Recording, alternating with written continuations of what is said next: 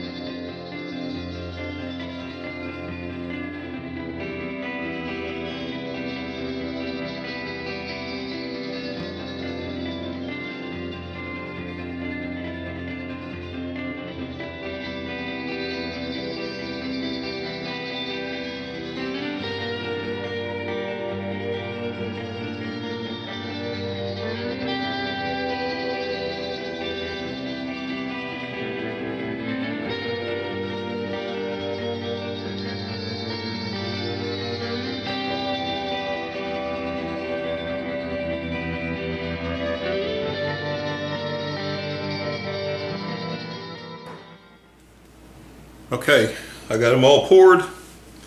Now it's going to be the tricky part, is that I'm going to try and cover the entire canvas without distorting these things too much. And I don't really know how that's going to go. It may end up being something totally different, but we're going to give it a try and see what happens.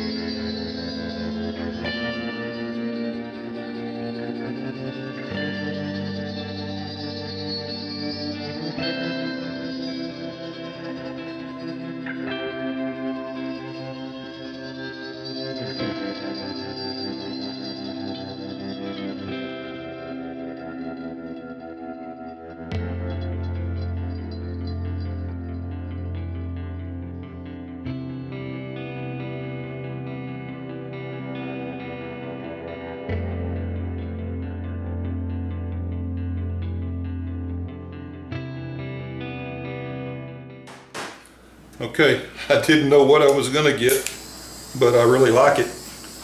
I don't have any silicone in this. I'm just popping bubbles. Without any bubbles in it. This thing works really good for just any little bubbles that form up in it. That's all I'm gonna do, just hit it real light one time. Any bubbles I got on it. Man, I'm tickled to death with this. Hopefully my colors stay together. I've had trouble before with black, wanting to bleed the other colors and thin them out. But I'm hoping that the colors didn't mix that well with the strainer method. So, I'm going to let this sit for a little while and see what it does. I don't think it'll change much. I got a few little small cells popping up in some of those areas, you know, just from the Floetrol. Like I said, there's no silicone in it. I've gone all the way around the edges. I've got good coverage on my edges, so it's going to look good. That one place right there that didn't cover, but it'll still drip down to it. Anyway, I'm real pleased with this. I'm excited about it. Hopefully my daughter will like it, and it may end up hanging up in a dorm room. So I'm going to come back and we'll take one more look at it at the end. I won't have any talking with that. So I appreciate you watching. Please like and subscribe to my channel. I'm relatively new at this on the pour painting part of it. I've been doing woodworking stuff on YouTube for a long time, but I'm relatively new on the painting. I'm really tickled with this. If you got any questions or comments, leave them for me. I've got links to some of the products that I use, the paints, the pouring mediums, the strainers. I got those off Amazon. There's links to them down there. And there's other kinds of strainers that don't work apparently like these do, but these got holes all the way around in them. They work really good. So there'll be links to that. Go check out my Facebook page. There's links to that down in the description too. You got to click the little more button. But anyway, I appreciate you watching. Please like and subscribe. Bye.